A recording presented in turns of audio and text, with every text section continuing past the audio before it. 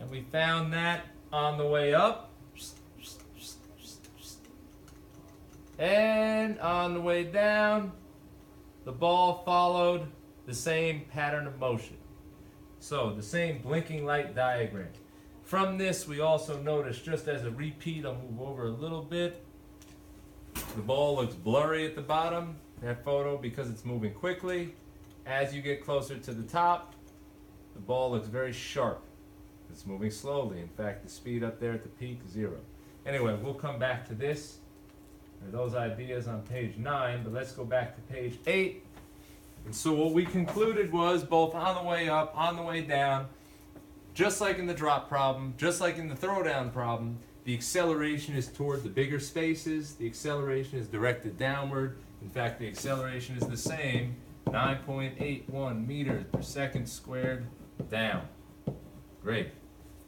Now, one thing we can do simply is sketch a blinking light diagram over here. We don't need as many locations as what we found in the video, so let's just put a few. Go about halfway up. On the way up, it starts out fast. We saw in the video it was blurry. Now, this is not on the ground. This is just the beginning of the problem. So maybe we'll go about here. And then it started to slow down. It became less blurry. Halfway again. Halfway again. That's fine. We can call that the peak. And then on the way down, it does not stay at the peak. We can just remind ourselves of the beginning. We're looking on the way down, down. Followed the same pattern. We saw that over here with the video. So this is on the way down, velocity downward, and this is on the way up, with velocity upward. Okay, let's come back over here.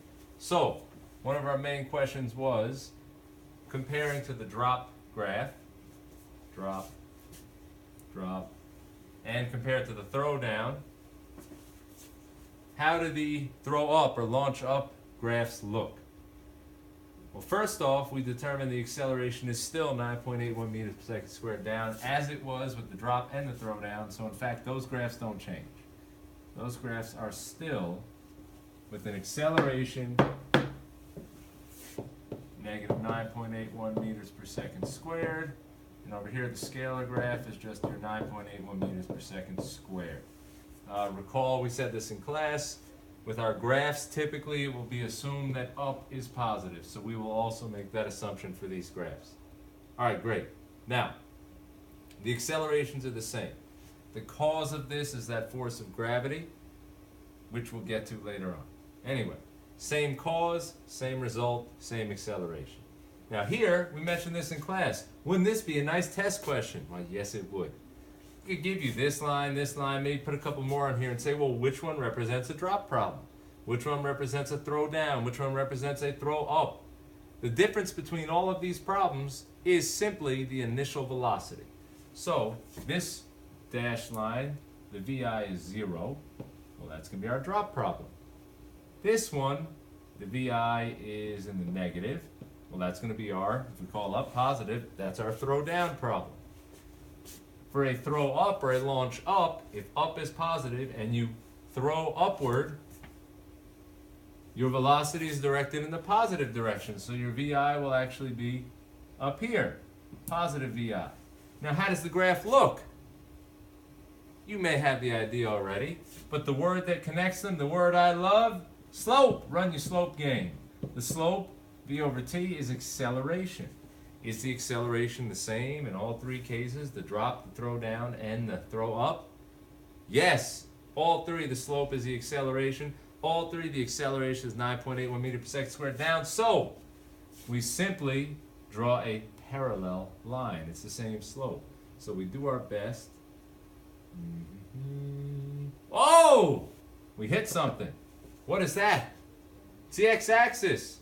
Uh-oh. What goes on here? What should we do? Check this out. Just continue on our way. Just continue on our way. In fact, what you're seeing here, this is actually a special location. If you imagine you were throwing the ball up in the air, it slows down until it reaches the peak, where you have the perfectly crisp picture, where the velocity is now 0. This location is a special location. We call that the peak. after the peak, look at what happens. Now we'll switch, here our blue, follow the blue dots. It now speeds up in the downward negative direction. And so we can speed up in the negative direction until we get to the launch spot. We get to the ground, we often call it. So this location is also special. That location is, you see it lines up with negative VI. That's what we tend to call the ground. Okay. Now if your class cut off at this point, fill them in. Don't just watch. Go to notes page 8, fill them in. All right. All three. There we go. Nope, green marker giving us trouble. Okay. All three of these lines, 1, 2, 3, all three have a slope of negative 9.81 meters per second squared. Okay, good. Now let's come down to the scalar speed versus time graph. Now you may think, oh, this is somehow similar. Let's just run a parallel line. Well, it's a little more complicated. This was our drop problem. We started at 0. This was our throwdown problem. We started at negative VI. However, it's a scalar graph. We don't care about negative. It's just VI. The throw up problem also started at VI. But before you go tracing this line, does it speed up or slow down? The answer, of course, is it slows down. In fact, the scalar version of going from positive, let's make up a number, 20 down to 0 is still positive 20 down to 0. It actually parallels the original graph. Here we go. Good. Now this location where you hit speed 0, that's an important location. Where in this diagram did we hit speed 0? Well, right there at the peak. Right there, there's the peak. Now what happens? Now the absolute value kicks in. We speed up again, except we do it in the negative direction. How do we show that here? Well, there's the absolute value. There is no negative.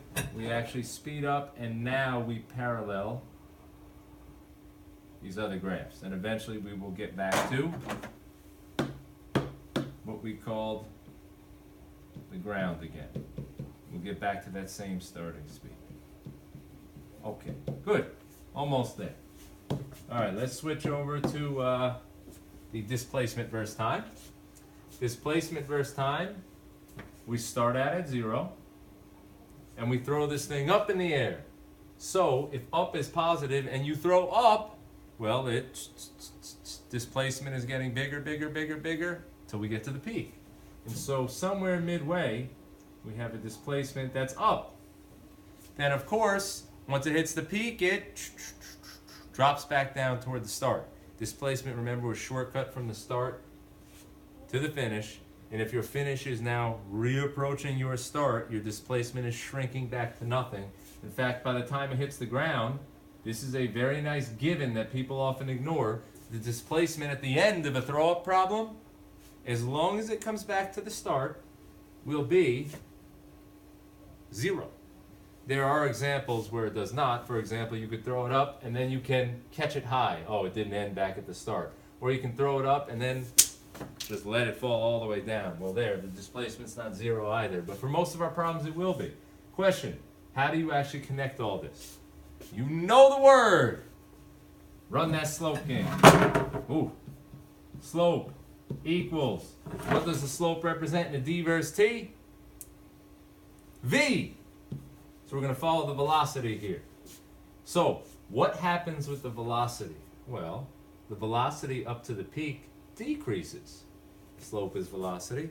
Slope should decrease, become less steep. So let's draw that. How do you make it less steep? Like this. There's our peak, our zenith, our apex, our summit. There we go.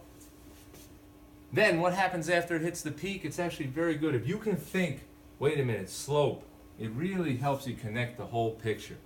Slope, think about it. Well, the velocity now is increasing in the negative. Remember, this is where we kind of separate from math class. It's increasing in the negative. So we want our slope to increase in the negative, becoming more steep in the negative Here we go. Good. There it is. There it is. A little lumpy, but that gives you the rough idea of how it's supposed to look. Perfect. This, of course, is the ground again. Now, let's look at our distance time. Distance time tends not to show up as frequently with the throw-up problems. Gives you a little bit of a funny graph. See, at first we start at 0 distance, and no problem. Up to the peak, let's put the peak here. We come up, looks the same. Now, you may say, wait a minute, it's just the scale, it's just the absolute value graph, so this is all positive, it should stay. But if you remember, distance only accumulates. You can't undo distance. You can't go downhill on a distance graph. So how do we do it? Well, at first it's moving slowly. So it's actually almost 0, a low slope. And then it starts to speed up and gains more distance. You actually flip the second half of this graph. You get something like this. There is your distance versus time. Doesn't show up that often, but there it is. Okay, good. Now let's run through a standard example over here. A cannonball launched upward. Woo! 29.43 meters per second. I didn't pick that number by accident. Now let's go back here. Let's choose up to be positive. What are the velocities at each of these points? 0 seconds. What is the initial velocity of the cannonball? No, it is not 0. If it were 0, here would be the launch. You ready? Here's the cannonball. Okay.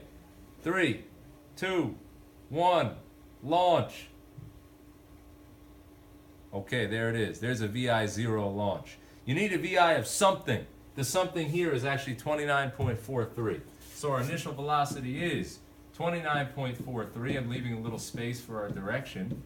If we're choosing up to be positive, and it's being thrown up, well then, here, maybe I should color coordinate.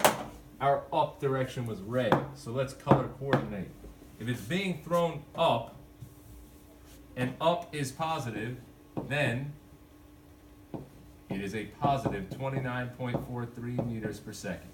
Now 1 second later, go back to the meaning of acceleration. The acceleration is always, for these projectiles on or near Earth, 9.81 meters per second squared down. That down matters. Which means your velocity will change by 9.81 in the downward direction each second. We're going 29.43 up. What's 9.81 down away from that? Well, you actually subtract 9.81, and it makes sense. It's slowing down on the way up. That brings you down to 19.62 meters per second. Another second later is another 9.81 change, in this case slower, brings you down to 9.81. You're just subtracting it, meters per second. Now at 3 seconds, we have a special location. This is called the peak. We'll actually be traveling at 0 meters per second. There's your peak. That's a nice spot. In fact, in baseball, one of the reasons they tell you to catch high as opposed to low is the higher you are, the slower it's going. It's easier to get a bead on it. Even in basketball, you see sometimes the ball goes up in the air and someone goes to block it. And when they're up there, it looks like everything's still almost for a moment, because actually it does. It does go still. The basketball stops at the peak. It's moving very slow. Okay, now let's switch over here. Now, once you're at the peak, what happens? Well, what goes up must come down. And so it does. It comes back down. And how much does it come? Well, how does it change? We go back to that acceleration. It changes by 9.81 meters per second each second in the downward direction. So now our velocity will be 9.81 again, except it's going to be negative. And another second later, it changes by another 9.81 in the downward direction to negative 19.62.